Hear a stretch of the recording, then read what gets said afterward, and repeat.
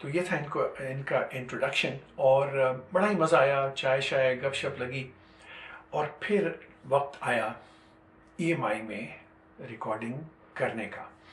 یہاں پر میں آپ کو ضرور ایک بات جو خلش جو دل میں رہ گئی وہ کہ EMI میں کاش کہ کوئی اوکیزن ہوتا، کوئی فوٹوگرافر ہوتا جو کہ کوئی فیتا کرتا، جنون کا پہلا البم ریکارڈ ہو رہا ہے EMI میں، کچھ تصویریں، بخاری صاحب تھے MD، ویری نائس مین، ارشد محمود، جن کی آواز بھی ایک گانے میں آپ سنتے ہوں گے اس میں، اور پھر جو ریکارڈنگ انجینئر تھے وہ آصف صاحب تھے، آصف اقبال، پاکستان کے the best I think sound engineer. انہوں نے ایسے ایسے گانے ریکارڈ کیے ہیں کہ اگر میں یہاں پر گنوانا شروع کروں تو پوڈ کاسٹ پورا ہی گزر جائے گا۔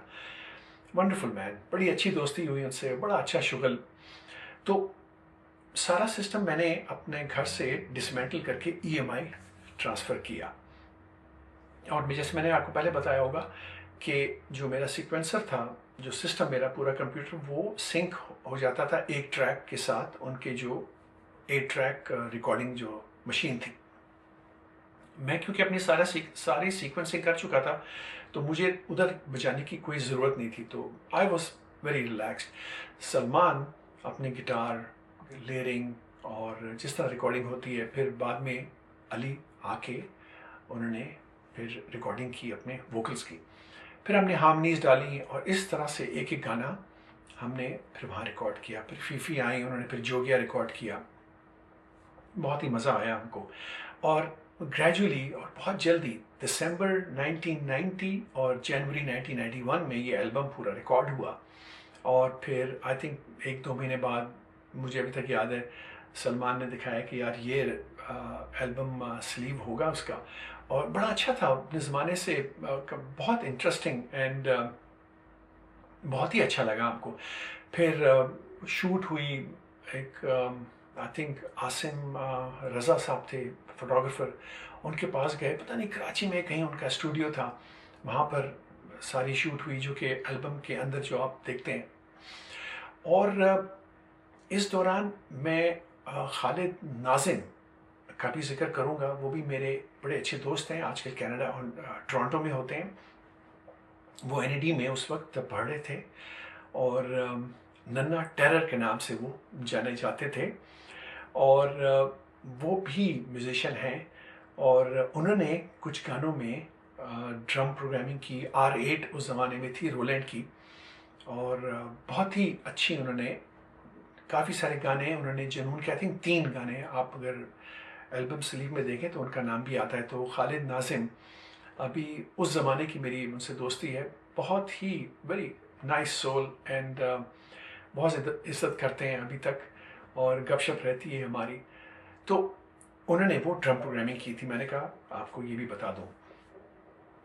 اس کے بعد جو ہمارا اب ایوری تھنگ از ریڈی، سارا کچھ تیار ہو گیا، اور البم ریلیز ہوا، اور مجھے یاد ہے ابھی تک جو خواب میں نے فرسٹ ٹائم کیسٹ ڈال کے اپنی مدر کو سنایا، اس وقت وہ شی واز الائیو۔ یہ میں ٹائم بتا رہا ہوں، فیبرری کا ٹائم ہوگا 1991، بیکاز مارچ 13 کو شی پیسڈ ہوئے فرام کینسر۔ تو وہ البم سلیو میں بھی ڈیڈیکیشن دی ہوئی ہے۔ یہ میں آپ کو جب خواب کا پورا ایک پوڈ کاسٹ، جب میں اس میں بہت ڈیٹیل میں آپ کو یہ ذکر کروں گا، تو بڑا اچھا لگا، بڑی دعائیں دی میری والدہ نے مجھے، بہت اچھا لگا ان کو۔ اور اب ہمارا پہلا کانسرٹ 17 مئی 1991 کو ہوا، ایک BBC کہ ڈاکومنٹری تھی، اور PACC میں یہ منعقد ہوا۔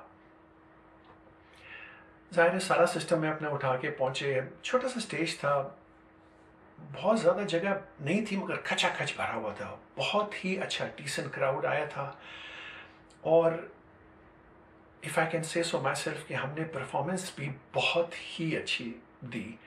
میں بجائے کی بورڈ کے، میں نے کہا کی بورڈ تو وہ سیکوینسر پلے کر ہی رہا ہے، تو میں نے بیس لائیو پلے کیا. اس کی تصویر بھی میں آپ کو یہاں پلیس کرتا ہوں.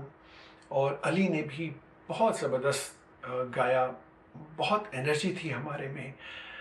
Excuse me. تو اور سلمان کے گٹارز بھی دیور کمنگ. بڑا اچھا آڈیٹوریم تھا، بڑی اکوسٹک بھی بڑے اچھے تھے اس کے، اور ہم نے اتنا انجوائے کیا. اور we were laughing and dancing on the stage. And وہ تصویر میں بھی شاید آپ کو محسوس ہوگا اس میں. پھر جوگیا بھی فیفی نے گایا وہاں پر آ کے، اور سلمان نے کہا کہ لاسٹ ہم رکھیں گے یہ خواب، اور ہم اس کو اکوسٹک کریں گے. میں نے کہا ٹھیک ہے، ونڈرفل. مجھے ابھی تک یاد ہے کہ ایک گٹار ایمپلیفائر تھا، تو اسٹیج پہ میں اسی ایمپلیفائر کے اوپر بیٹھا اور مائک لیا. سلمان نے گٹارز، اور پھر ویسی جو وہ گانے کا سٹارٹ ہوتا ہے ویسی ہوا، اور آپ کے بھائی نے پھر گانا شروع کیا. اور یقین مانیں کہ شاید مجھے جو لگتا ہے کہ میں نے ای ایم آئی میں جو ریکارڈ کیا تھا خواب، اس سے بہت بہتر میں نے وہاں پر گایا. میں ظاہر غم تو تھا، 2 مہینے ہوئے تھے صرف والدہ کو گزرے ہوئے. تو وہ جو غم جو میری آواز میں آیا ہے اس وقت، سارا کراؤڈ خاموشی سے انہوں نے وہ خواب یہ گانا سنا ہے. اور ڈیورنگ دا سانگ میری فیلنگس بڑھتی گئیں، اور جب گانا اینڈ ہوا ہے تو مجھے پتا تھا کہ اب میں بریک ڈاؤن ہونے ہی والا ہوں. آئی کونٹ اسٹاپ اٹ. میں جتنا بھی اپنے آپ کو میں نے روکا، لیکن مجھ سے وہ ہوا نہیں. ظاہر ماں چیز ہی ایسی ہے، اور بہت قریب تھا میں ان کے. تو میں نے مائک رکھا ہے، اور فوراً ہی میں پلٹا ہوں. شاید میں نے تھینک یو بھی نہیں کہا کسی کو، اور میں نے دوڑ لگا دی جیسے نا. اور میں جیسے ہی باہر وہاں سے پیچھے ایک ان کا کورٹ یارڈ سا ہاتھا سا بنا ہوا تھا، بہت وائٹ سا. تو مجھے یاد ہے سلمان، علی اور فیفی، دے آل کیم. ان کو پتا تھا کہ میری کیا اسٹیٹ ہے، اور میں اس وقت پھوٹ کر رو رہا تھا. تو یہ سب لوگ آئے اور انہوں نے مجھے گلے لگا لیا. تو it was like a group hug. وہ میں آج تک نہیں بھول سکتا ہوں. ایک اتنا کمفرٹنگ وہ مومنٹ تھا میرے لیے، اور بہت ہی مجھے جو مجھے ابھی تک یاد رہا. بہت اچھا فیل ہوا، اور ہماری دوستی اور ان سب لوگوں کا پیار. یہاں پر میں یہ بھی ذکر ضرور کرنا چاہوں گا کہ اس رائٹ اپ میں بھی ہے، جو شاید میں یہاں پر پلیس کروں گا. جنہوں نے وہ رائٹ اپ لکھا تھا انہوں نے ذکر کیا ہے اس چیز کا کہ بہت دیر تک لوگ تالیاں بجاتے رہے. اور میں یہاں پر یہ ایک مومنٹ ضرور لوں گا کہ پتہ نہیں شاید میں دوبارہ اسٹیج گیا اور مجھے یاد نہیں پڑتا، بیکاز میں اس کنڈیشن میں نہیں تھا. لیکن یہاں پر میں ان سب لوگ جن کو بھی یاد ہے، وہ PACC کا 17 مئی 1991 کا وہ شو، جو کانسرٹ ہم نے کیا تھا، میں آپ کو شکریہ ادا کرنا چاہتا ہوں اس وقت. کہ شاید اس وقت میں آپ کو تھینک یو نہیں کہہ سکا، لیکن thank you so much for your love and for your support جو آپ نے اس وقت دی. اور کافی دیر تک آپ لوگ کلیپنگ کرتے رہے. اب ظاہر ہے آپ لوگوں کو بھی احساس ہو گیا ہوگا کہ میں کیوں اتنی جلدی بغیر کچھ کہے ہوئے میں اٹھا تھا، اور آئی ہیڈ ٹو گو. یہ میرے دل میں بات تھی، اور یہ میں نے یہاں پر صحیح سمجھا کہ میں تھینک یو ضرور آپ لوگوں کا کروں. اور وہ مجھے کبھی نہیں بھولا، نہ وہ کانسرٹ، نہ وہ مومنٹ. اور انشاءاللہ اور بھی باتیں ہوں گی ہمارے بعد میں، کیسے کانسرٹ ہوئے. اور ایک کانسرٹ جو ہم نے کشمیر روڈ، جو ایک پولیٹیکل پارٹی کے جو اسٹوڈنٹ ونگ تھا اس میں کیا، اس کی تو بڑی ہی انٹرسٹنگ کہانی ہے. وہ میں آپ کو چھوڑتا ہوں اگلے پوڈ کاسٹ یا اس کے بعد میں جب موڈ ہوگا تو انشاءاللہ ملاقات رہے گی. اپنا خیال رکھیں اور ہاں سبسکرائب بھی کریں, لائک کریں اور کامنٹس ضرور کریں.